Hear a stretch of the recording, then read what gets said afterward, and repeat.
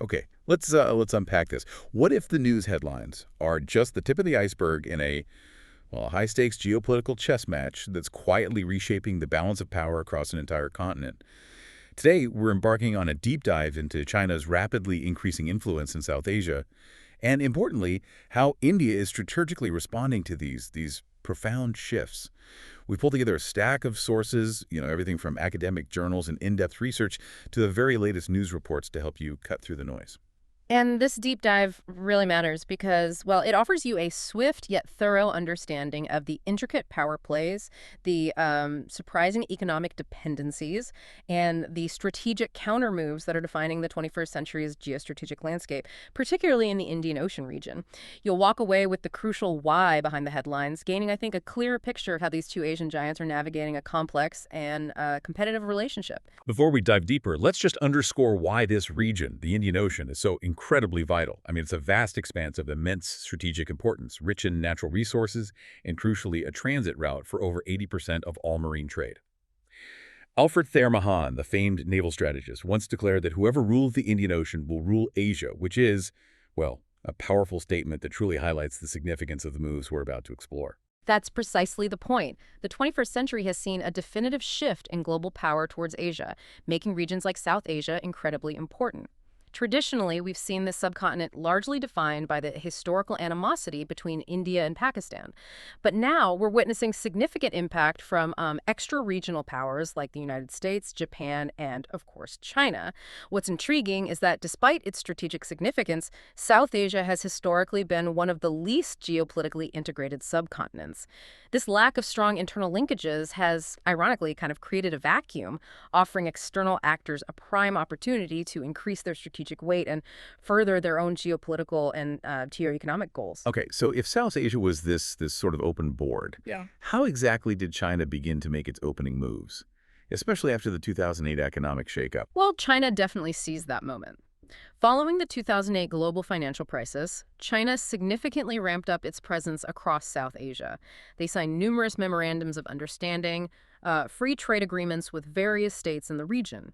And this immediate surge in Chinese activity naturally raised significant concerns for India's sovereignty and regional integrity, really right from the start. Right, so China's approach sounds incredibly comprehensive, going well beyond simple trade agreements.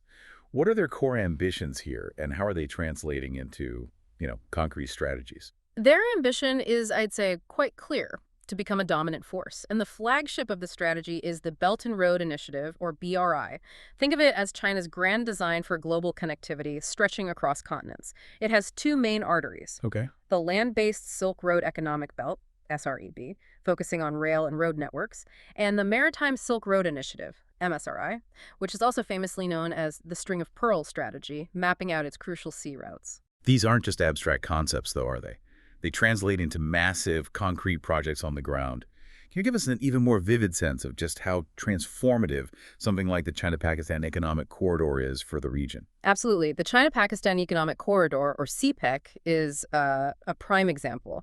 This project, estimated at over $46 billion. $46 billion. Wow. Yes, connects Kashgar in China's Xinjiang province to Pakistan's Gwadar port through an extensive network of trains, roads, airports, and energy pipelines. Now, the key insight here is how CPEC represents China's strategic move to de-risk its energy supply, effectively building an alternative lifeline that fundamentally reshapes its economic and military vulnerability by bypassing the vulnerable Malacca Strait. This reduces what's often called China's Malacca Dilemma. Right, the Malacca Dilemma, I see. Yeah. Then we have the China-Myanmar Economic Corridor, CMEC. This aims to improve connectivity and provide China with another direct outlet to the Indian Ocean via Myanmar. What's particularly concerning for India, I think, is how Myanmar's recent military coup seems to have, well, opened the door for China to further increase its presence there. Okay. And you mentioned the String of Pearls earlier as a critical component. China asserts this network is purely commercial, but India views it very differently, as strategic encirclement. What are the key points that lead to such a stark difference in perception? Yeah, the String of Pearls. Oh. It refers to a network of Chinese military or commercial facilities stretching along its vital sea lines of communication. We're talking from the South China Sea all the way to the Port of Sudan in Northeast Africa. Key examples include Pakistan's Gwadar Port, Sri Lanka's Hambantota port, which, China acquired on a 99-year lease. 99 years, Yeah. right. Yeah. And Bangladesh's Chittagong port. So while Beijing consistently maintains these are purely commercial ventures, India, understandably, sees them as part of a broader strategy to encircle and limit its maritime influence. I've heard the term debt trap diplomacy thrown around quite a bit. It sounds pretty controversial. Hmm. Can you walk us through maybe a prime example of how that strategy actually plays out? Sure. The Hambantota port in Sri Lanka really serves as the classic example. Sri Lanka borrowed US $301 million for its construction at a 6.3% interest rate. 6.3%. That sounds high. It is. To put that in perspective, loans from institutions like the World Bank or the Asian Development Bank typically range from, say, 0.25% to 3%. So this high interest, coupled with Sri Lanka's inability to repay its ballooning foreign debt, which by 2016 stood at US $46.4 billion with about 10% owed to China. It led to a situation where China gained significant leverage.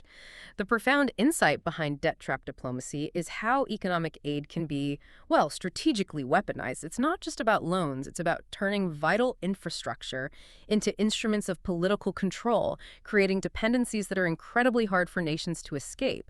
And some analysts point to Pakistan, the Maldives, Bangladesh as potentially following a similar trail. So it's not just the hard economic and military levers. China's also employing a more subtle form of influence. How successful would you say Buddhist diplomacy has been in shifting regional loyalties or perceptions? That's a crucial point. China is actively trying to influence Buddhist majority regions along the Himalayan frontier. This includes places like Nepal, Bhutan, Ladakh, Sikkim, Arunachal Pradesh, parts of Himachal Pradesh, leveraging their cultural proximity to Tibetan Buddhism. A notable project is the planned cross-border railway line from Tibet to Kathmandu, Pokhara, and Lumbini in Nepal. It's a softer approach, yes, but one that subtly weaves cultural and diplomatic threads, aiming to win hearts and minds in strategically sensitive areas. Then there's water diplomacy. This concerns the Brahmaputra River, which is known as Yarlung Tsangpo in China. China has constructed major hydroelectric projects like Jammu, Dagu, and Jiacha near the border. Now, this raises significant concerns in India about potential water flow diversion, the risk of natural calamities downstream because of these dams, and the chilling prospect of a water war, especially given that the river passes through a high seismic instability zone. It's an example of how a natural resource can become a powerful geopolitical tool. Right. And these economic and diplomatic plays are happening against a backdrop of, well, long-standing border tensions. Can you give us a sense of the historical context, starting from the mid-20th century? How has that set the stage for the current flashpoints? The border relationship has indeed been a continuous source of friction. While relations were initially, let's say, decent, things significantly deteriorated after 1956. That's when China rejected the McMahon Line, which was a boundary established between Tibet and British India way back in 1913-1914. This rejection ultimately escalated, leading to the 1962 war, where China invaded and occupied 38,000 square kilometers of Indian territory. 38,000 square kilometers. Yes. Since then, the friction has been pretty continuous. India countered this by adopting what was called the defensive forward doctrine in the 1960s. Essentially, it meant pushing Indian forces closer to the disputed border. It was a high-stakes gamble to preempt Chinese incursions, but one that inevitably led to increased friction. More recently, we've seen major military standoffs along the line of actual control, or LAC. We had Doklam in 2017, and then tragically Galwan in 2020, which marked the first fatalities in decades. The real escalation. A chilling escalation, exactly. And Tawang in 2022. This creates the unique risk of tri-junction military standoffs. Imagine a point where three national borders meet. Disputes there are incredibly complex and fraught because any move involves the claims and sensitivities of not just two, but three powers. Especially when one territory is disputed like POK. Precisely. Especially when one territory like Pakistan-occupied Kashmir, POK, is disputed by two of them. When we connect this to the bigger picture, these ongoing border issues, combined with China's other geopolitical programs, severely jeopardize India's sovereignty and its geostrategic advantages in the Himalayan frontier and the broader South Asian region. So India certainly hasn't been just a passive player in this strategic chess match. How has New Delhi been making its own countermoves and adapting to China's expanding presence? No, definitely not passive. India has been responding appropriately, as they often say. On the economic front, New Delhi has taken strong measures like banning several Chinese What's the apps, headline there? which was a significant symbolic and economic statement. We've also seen a notable recalibration in trade where the USA actually surpassed China as India's largest trade partner back in 2020. In that same year, India's imports from China dropped by 13%, while its exports to China increased by 16%. That's a fascinating shift. But what do the most current trade dynamics tell us? Does India still grapple with a significant trade imbalance with China? It's a mixed picture. Looking at the current trade dynamics for fiscal year 2024-25, despite some recent cautious warming, a substantial trade deficit of US $99.2 over billion remains, heavily skewed in China's favor. Still almost $100 billion. Exactly. For instance, India's exports to China, like iron ores and unwrought aluminum, they've declined. Meanwhile, imports from China, particularly things like automatic data processing machines, have continued to rise.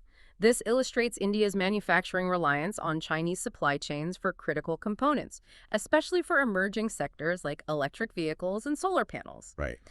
So that massive trade deficit isn't just a number. It speaks to how much of what you buy, from your electronics to the components in your car, might still be reliant on Chinese supply chains.